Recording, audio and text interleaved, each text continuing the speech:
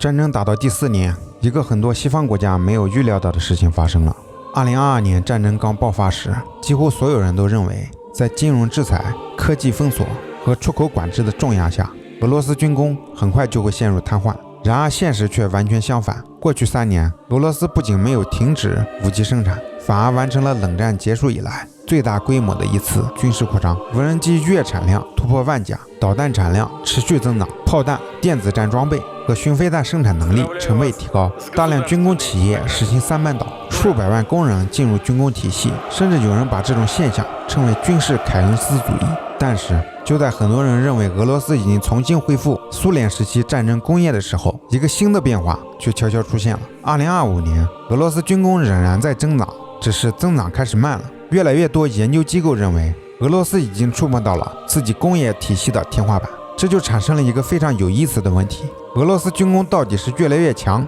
还是开始走下坡路？答案是两者都是。今天的俄罗斯军工一边创造着过去30年最高的武器产量，一边又暴露出越来越多难以解决的结构性问题。它既能在短短几年内建立起全球最大的无人机生产体系之一，也不得不把60-70年前生产的 T-55坦克重新送上战场。这种看似矛盾的现象，正是今天俄罗斯军工最真实的写照。如果想弄清这一切，我们就必须先回答一个问题：俄罗斯军工今天的能力究竟来自哪里？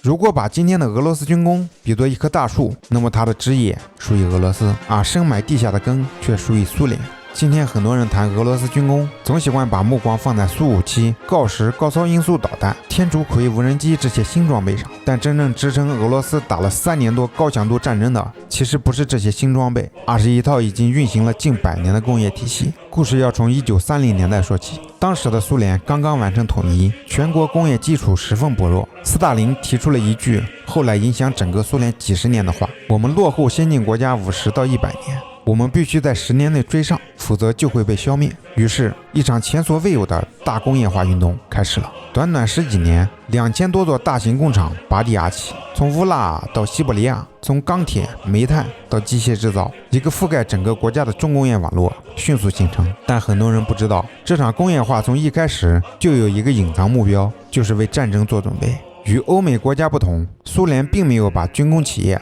和民用企业完全分开，而是建立起一种后来被称为动员型经济的工业体系。什么意思？举一个简单例子，和平时期，一家工厂可能生产拖拉机，战争爆发后，只要更换工装、更换零件，它就可以生产坦克底盘。一家生产机床的企业可以制造火炮零件，一家生产化肥的化工厂可以迅速转产炸药和推进机，甚至很多看似普通的民用工厂在设计之初就已经预留了军工生产能力。放在今天，这种模式效率很低，大量设备长期闲置，企业利润受到影响，资源利用率远不如市场经济。但如果目标是一场全面战争，它却拥有其他国家难以企及的优势。1941年，德国发动巴巴罗萨行动，战争爆发仅几个月，苏联西部大片工业区相继沦陷。换做任何一个普通国家，这几乎意味着工业体系崩溃。然而，苏联却完成了现代工业史上规模最大的一次战略转移，1500多家工厂整体迁往乌拉尔山脉以东，数百万工人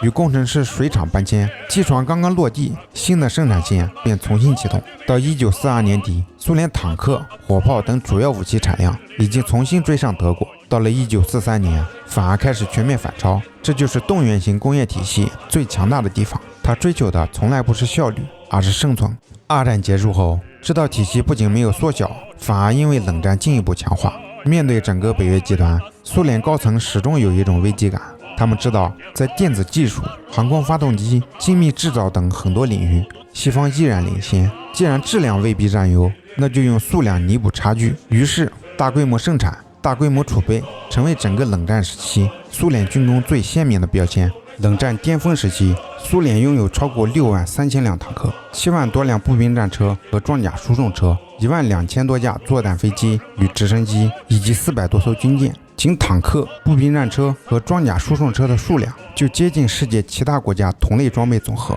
从数量来看，苏联毫无疑问建立了人类历史上最庞大的陆军装备体系，而它们存在的意义只有一个：等待战争。也正因为如此，当俄乌战争爆发后，人们才惊讶地发现，俄罗斯还能不断从封存基地拉出一批又一批坦克和装甲车辆。这些装备并不是普京时代生产的，而是几十年前苏联为了打一场可能永远不会发生的世界大战提前制造出来的。可以说，俄罗斯今天还能维持如此高强度的战争，很大程度上依赖的正是苏联留给他的这份遗产。然而，任何体系都有代价。苏联为了维持这台庞大的战争机器，不得不长期把大量资源投入军工和重工业，消费品短缺，轻工业落后，资源配置低效，逐渐成为计划经济无法摆脱的顽疾。更重要的是，这套体系必须依赖国家统一调配，它能够适应计划经济，却很难适应市场经济。而1991年苏联解体后，真正崩塌的并不仅仅是一个国家，还有支撑整个苏联军工运转了半个世纪的工业体系。1991年苏联解体，从纸面实力来看，俄罗斯无疑是最大的继承者。它继承了超过70%的军工企业，大部分设计局以及绝大多数核工业和航空航天科研力量。乌拉尔车辆厂、苏霍伊设计局、米格设计局、图波列夫设计局、北方机械制造厂，这些苏联时代最重要的军工企业几乎都留在了俄罗斯境内。按理说，俄罗斯应该顺理成章继承整个苏联军工体系，但事实却恰恰相反。俄罗斯继承了大部分工厂，却没有继承完整的工业体系。原因很简单，苏联军工从来不是俄罗斯一个加盟共和国就能独立完成的，它是一个覆盖15个加盟共和国的巨大工业网络。例如，一架苏霍伊战斗机发动机可能来自俄罗斯，航空电子设备来自白俄罗斯，部分零部件来自乌克兰，精密仪器来自波罗的海地区，一艘大型军舰更需要数百家企业共同配套。这种产业链在计划经济时代几乎天衣无缝，但1991年以后，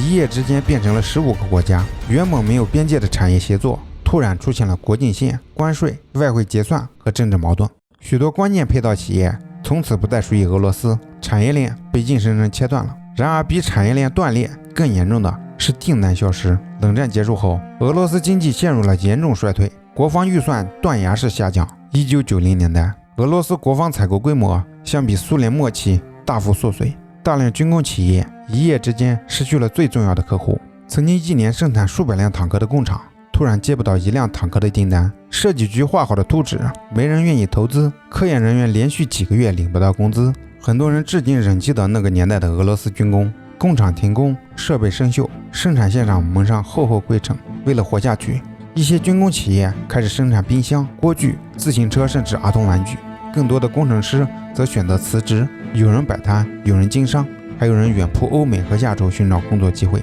对于一个高度依赖经验积累的行业来说，人才的流失比设备老化更加致命。真正幸运的是，俄罗斯还有一张底牌，那就是国际军火市场。进入21世纪前后，随着印度、中国、阿尔及利亚、越南、马来西亚等国家不断采购俄罗斯武器，大量出口订单开始涌入。苏27、苏30战斗机、S300防空系统、T90主战坦克、基洛级潜艇，这些装备不仅帮助俄罗斯赚取了大量外汇，也让许多濒临倒闭的军工企业重新恢复运转。可以说，如果没有军火出口，很多俄罗斯军工企业很可能撑不到今天。但出口只能解决企业活下来的问题，却解决不了产业体系重新建立的问题。真正的转折点发生在普京执政之后。进入21世纪，国际油价持续上涨，俄罗斯财政状况迅速改善。普京意识到，一个大国如果没有完整的军工体系，就很难维持真正意义上的军事强国地位。于是，一场持续20多年的军工改革正式开始。2002年，俄罗斯启动2002至2006年国防工业综合体改革与发展计划，开始大规模整合军工企业。随后又相继成立联合航空制造集团、联合造船集团等大型国有控股公司，希望重新建立完整的产业链。其中最具代表性的就是后来由切梅佐夫掌舵的俄罗斯国家技术集团 Rostec。 短短几年时间， Rostec 先后整合了1000多家军工企业，几乎覆盖航空、电子、导弹、装甲车辆、光学设备等所有主要领域。从表面看，这似乎是在重建苏联时期的军工体系，但很快一个新的问题出现了，企业越来越大，效率却没有同步提高。很多集团更像一个庞大的行政机构，而不是现代制造企业。为了完成整合，大量经营困难甚至已经资不抵债的企业被一并纳入集团，有少数效益较好的企业持续书写。这确实保住了许多军工单位，却也让整个体系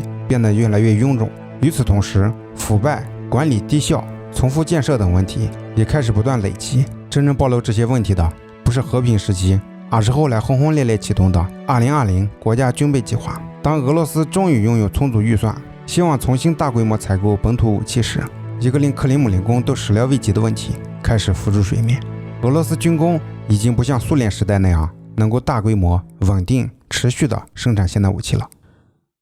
如果说前20年的俄罗斯军工是一名刚刚从重病中恢复的病人，那么2010年前后，他终于迎来了最好的时代。随着国际油价持续上涨，俄罗斯财政收入大幅增加。2008年以后，俄罗斯国防预算进入了快速增长通道，尤其是2010年启动的2020国家军备计划，更是投入了超过20万亿卢布，希望利用10年时间将俄军现代化装备比例提升至70%。对于俄罗斯军工来说，这无疑是一场久旱逢甘露。大量停滞多年的项目重新启动，从陆军的 T90M 阿玛塔坦克到空军的苏35苏57战斗机，再到海军的 RR350型护卫舰、885M 亚森级攻击核潜艇，以及战略空军恢复生产图160M 轰炸机，几乎所有军种都拿到了前所未有的大订单。按理说，只要资金充足，工厂开足马力，俄罗斯军工就应该迎来一次新的腾飞。然而现实却没有那么顺利。最先暴露问题的是战略轰炸机。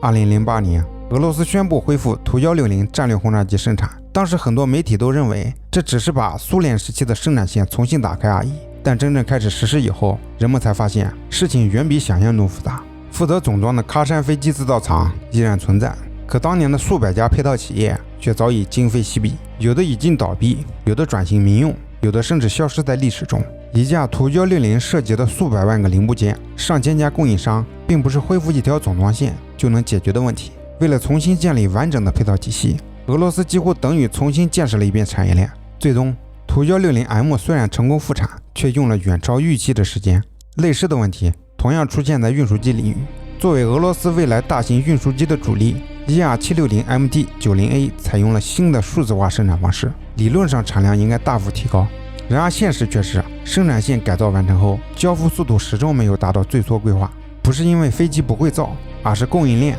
零部件、生产节拍始终跟不上。海军的问题更加典型。885M 亚森 M 攻击核潜艇被认为是俄罗斯最先进的攻击型核潜艇之一，无论静音性能还是导弹打击能力都跻身世界第一梯队，但是它的建设周期却始终很长。原因并非设计失败，而是整个俄罗斯造船工业早已失去了冷战时期那种同时建造多艘大型核潜艇的能力。从船体建造到核反应堆，从电子设备到精密加工，每一个环节都受到产业链能力的限制。陆军也没有例外。2015年首次公开亮相的 T14阿玛塔主战坦克，一度被外界视为俄罗斯下一代陆军的象征。无人炮塔、数字化火控、主动防护系统，几乎代表了俄罗斯装甲工业的最高水平。然而10年过去，这款坦克依然没有形成大规模列装。原因并不是性能不好，而是成本太高，配套太复杂，制造效率太低。相比之下，对现在的 T72B3 和 T90M 进行现代化升级，显然更加经济，也更符合战争需求。最具代表性的案例还是苏57战斗机。很多西方媒体曾嘲笑俄罗斯造不出5代机，这种说法并不准确。苏57并非没有造出来，它已经正式服役，并且在俄乌战争中执行过作战任务。真正的问题是，它始终没有形成像美国 F-35那样的大规模连续生产能力。过去10几年里，俄罗斯持续改进发动机、雷达、航天系统，但每年的交付数量始终有限。归根结底，并不是设计局没有能力，而是整个工业体系难以支撑现在第5代战斗机的大批量制造。如果把这些案例放在一起，就会发现一个共同规律：俄罗斯军工最大的瓶颈从来不是研发能力。事实上，俄罗斯至今仍然拥有世界顶尖的导弹设计能力、核工业能力、航空发动机技术以及电子战技术。真正制约它的是现代工业最重要的能力：稳定、高效、持续的大规模制造能力。一架先进战斗机，一辆现代坦克，它们背后是数百甚至上千家企业组成的庞大产业链。任何一个零部件延期都会让整个项目停下来等待，而俄罗斯在苏联解体后失去的恰恰就是这种完整高效的工业协同体系。为了重建它，普京进行了20多年的改革，也确实取得了部分成果。俄罗斯重新建立起较为完整的导弹工业体系，防空系统持续保持国际竞争力，军火出口长期位居世界前列，高超音速武器、电子战系统领域也保持着领先优势。但是另一些深层次问题却始终没有真正解决。企业规模越来越大，行政层级越来越复杂，部分项目成本不断攀升，生产效率却没有同步提高，不少关键零部件依然依赖少数企业供应，整个产业链缺乏足够的冗余和弹性。和平时期，这些问题还可以被实践掩盖，可一旦真正进入高强度战争，它们就会被迅速放大。而2022年爆发的俄乌战争，正是一场对俄罗斯整个军工体系的全面压力测试。2022年2月24日，俄乌战争爆发。对于俄罗斯军工而言，这不仅是一场战争，更是一场前所未有的工业压力测试。战争爆发后的最初几个月，俄罗斯原本希望依靠一场快速作战结束冲突，因此没有完全进入战时生产状态。然而，随着基辅方向攻势受挫，战争迅速演变为一场高强度消耗战。每天数千发炮弹、数十辆装甲车辆、源源不断的导弹和无人机被送往前线。俄罗斯军工第一次发现，和平时期建立的生产体系根本无法支撑如此庞大的消耗。2022年下半年，一个新名词开始频繁出现在俄罗斯媒体上：炮弹饥荒。最著名的一幕发生在2023年，瓦格纳集团负责人普里格任连续公开指责俄罗斯国防部，称前线炮弹供应严重不足，甚至拍摄视频将阵亡士兵遗体摆放在镜头前，质问军方为什么不给炮弹。这场围绕炮弹展开的公开冲突最终演变成后来震惊世界的瓦格纳兵变。它虽然是一场政治事件，却暴露了一个更加现实的问题：俄罗斯军工并没有为一场长期消耗战做好准备。除了炮弹，另一项短板同样迅速暴露：无人机。战争爆发初期，俄罗斯虽然拥有海鹰10等侦察无人机，但真正能够大规模执行远程打击任务的自杀式无人机却严重不足。于是，俄罗斯迅速从伊朗引进了沙赫德136无人机，也就是后来大家熟悉的天竺葵2。很多西方媒体当时认为这是俄罗斯工业能力不足的表现，但真正值得关注的是后面的事情。俄罗斯并没有长期依赖进口，而是在极短时间内完成了国产化。位于达达斯坦共和国伊拉布加的新生产基地迅速建成，从最初组装伊朗无人机到改进设计、建立本土供应链，再到自主批量生产，仅用了2年多时间。如今，这座工厂每个月生产的天竺葵系列无人机已经超过1万架，成为全球产能最大的巡飞弹生产基地之一。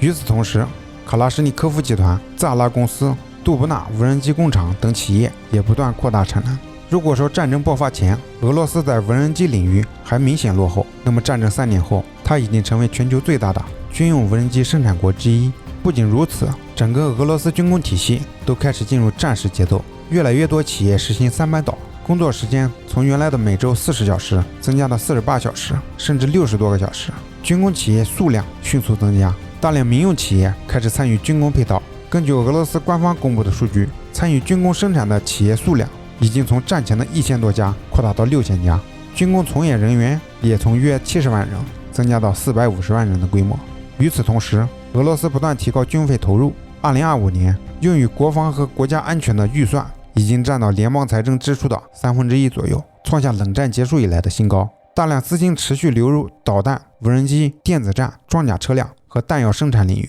根据俄罗斯官方公布的数据，与2022年相比，截至2025年，装甲车辆产量增长约2倍，军用车辆增长超过5倍，导弹和火炮武器增长接近10倍，电子战装备增长超过12倍，个人防护装备增长近18倍，而部分弹药产量增长更超过20倍。从结果来看，俄罗斯确实完成了一次冷战结束以来规模最大的军工扩张，这一点连许多西方智库也不得不承认。如果说2022年的俄罗斯军工更像是在依靠苏联留下来的库存作战，那么到了2024年至2025年，它已经逐渐建立起一套新的战时生产体系。但是也正是因为这一时期，一个更加深层的问题开始浮出水面：俄罗斯军工扩产并不是依靠生产效率的大幅提升，而更多依赖增加工厂、增加工人、增加工时。换句话说，就是典型的外延式扩张。问题在于，这种增长方式终究存在极限。例如，战争期间俄罗斯大量恢复了封存装备。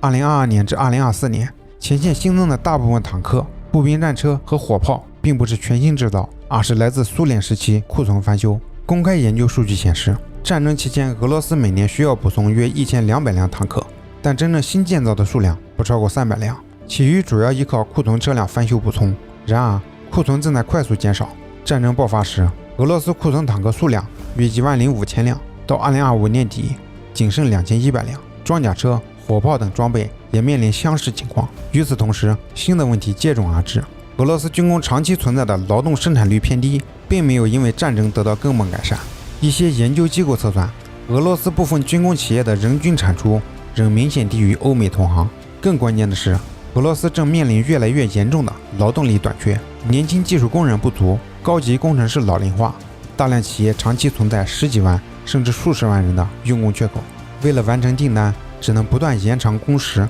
但工时可以无限延长吗？显然不能。因此，当时间来到了2025年，一个所有研究机构几乎都注意到的变化终于出现了。俄罗斯军工仍然在增长，但是增长速度开始明显放缓。这并不是因为俄罗斯没有订单，相反，订单比任何时候都多；也不是因为俄罗斯没有资金，恰恰相反，军费投入已经达到历史高位。真正限制它继续扩张的是整个工业体系已经逐渐接近自身所能承受的极限。对于普京而言，真正困难的阶段或许现在才刚刚开始，因为接下来需要解决的问题不再是如何扩大生产，而是如何重建一套能够摆脱苏联遗产、支撑未来几十年的现代军工体系。